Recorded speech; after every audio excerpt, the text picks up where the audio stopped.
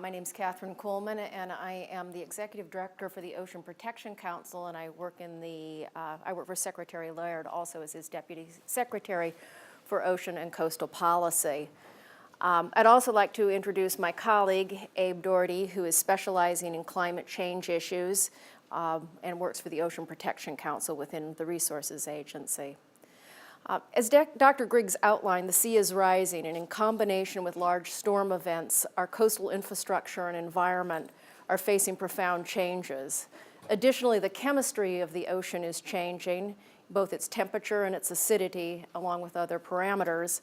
And this group of issues give us some really serious policy issues that we are wrestling with now, and we need to, I think, accelerate our ability to move and get some answers to some of those policy issues in the near future. And some of those policy issues are, where do we invest and fight the sea, as Dr. Griggs was saying, and where do we decide to retreat? What restrictions should be put on new development or on redevelopment? What is the role of government in that? What is the role of the insurance world? How will we maintain public access to beaches, to wetlands? What happens to our beaches, marshes, and estuaries? How will our fishing communities and their infrastructure be affected by the shifts in migratory species as the water temperature changes? Are there any action beyond emission controls that will reduce the rising acidity in the ocean? And I could go on and on and on. It's quite a daunting task to try to pull together. And how do we pull these things together, these ideas together, and as a society mobilize? And that's, I think, what the Safeguarding California document is about. So in order to respond to the changes we face, we need the very best information we can get, as well as to try to be as nimble as we can in navigating the change in front of us. One of the most obvious questions is, how high will the sea rise? And to answer that question, the state and Oregon and Washington commissioned the National Research Council's report that Dr. Griggs mentioned. The Coastal and Ocean Action Team, which is a consortium of 16 state agencies, used that information in the report to update the state's guidance on sea level rise, which is presented here, and it is, which do I press, Don? Knowing me, I'll pick the wrong one if possible. Thank you. This is directly out of the guidance document, and as was recapped by Dr. Griggs, it shows over time a large range of numbers. And I think that's probably one of the most difficult things that we have to deal with, is that there's a lot of uncertainty still. We're going to be getting more information as time goes on, more adaptation, we're getting more satellite imagery. And as we get more information, we will be adapting these numbers. However, that said, we need to make decisions today on, where do we manage, and those buildings that are falling down in Pacifica. When do you just say we got to let them go? When do you rebuild a seawall, or do you say let's let it go? Making those choices we have to make right now with the information we have, and this is the best information we have. We are certainly committed to updating that information as better information becomes available. Another key question is, where are the areas that are most vulnerable to sea level rise? The state and federal government teamed up to create high-resolution maps of the state's coastline and nearshore area, and that information will support modeling, mapping of sea level rise and its effect on communities. This information gives us much better specificity on how the ocean will approach the land and what will happen once it gets there. So these efforts that I've talked about so far have been statewide in nature, but we know that most of the challenges will need to be met at the local level. In safeguarding the state, we need to get right the way the state, federal, and local governments work together. A 2011 project surveyed coastal managers about climate change and identified key barriers that they felt that they had in responding. One of the biggest barriers, of course, is lack of funding. And we also know that there are probably no big, huge pots of money coming available right now anywhere, anytime soon. So we've done a number of things to using the resources that we have to try to address these issues. One is the Ocean Protection Council is providing $2.5 million to fund sea level rise technical assessments and planning for local coastal programs. And that's done in partnership with the Coastal Conservancy and with the Coastal Commission. The State Coastal Conservancy is making available funding through their Climate Ready Grant Program.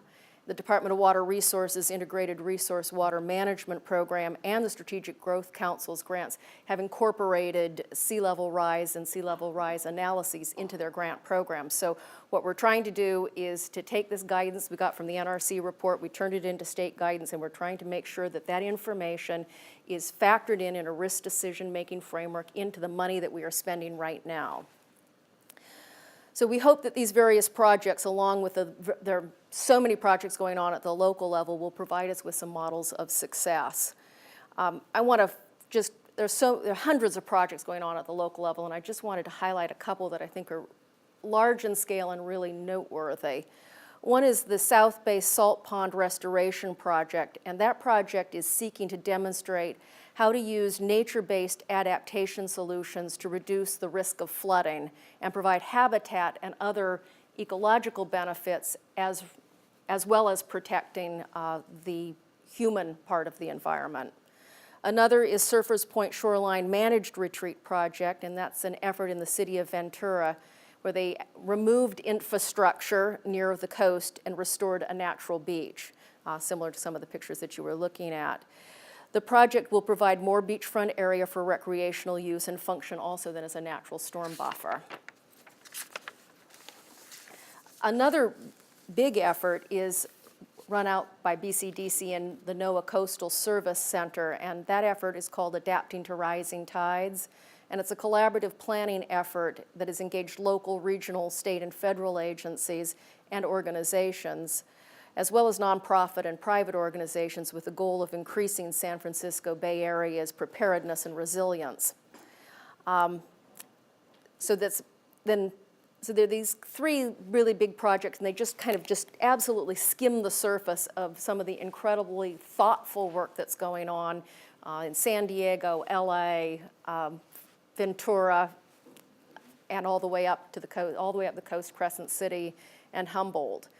So a lot's going on, and part of it is how do we coordinate that effort? How do we learn from what is going on? How do we bring that back and knit it together? I want to change gears a little bit and move on to ocean chemistry.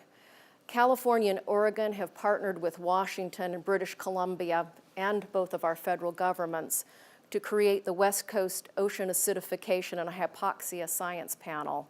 And this panel is going to provide state-level decision makers with the knowledge they need to evaluate and develop action plans for these really complex issues that are linked. The science panel will also identify the research and monitoring needed to contribute to a West Coast-wide assessment of ocean acidification and hypoxia and address information and data gaps critical for resource managers to make their decisions. I want to highlight that also that within California's network of marine protected areas, we are monitoring with an eye toward how these keystone ocean ecosystems respond to climate change. So in summary, there are a lot of pieces out there that are aimed, that people are, I think, in sort of taking those first steps forward of knowing that climate change, looking at everything we do through the lens of climate change. But we're really now poised, I think, to take that next step forward of really making some concrete steps. So whether it's from really enabling communities to do the vulnerability assessments that they need to get done to affect their local zoning, or how we bring together the national monitoring that's going on with ocean observing systems and bringing that back together in some kind of collective way. It's interesting to see, I mean, I've been in government for most of my career, and it's interesting to see that we're going to do all this, I think, without any big, huge new investment. So it really is a matter of how do we take the money we have and repurpose it in a way that is smart, intelligent, and nimble as we move forward. Some of these projects can be done at the local level, some can't be. Some are going to take the federal and the state government participation. And our challenge, I think, and as we develop this report, it's our opportunity to take that next step forward and knit these ideas together. So I'm really looking forward to your ideas and questions. Thank you.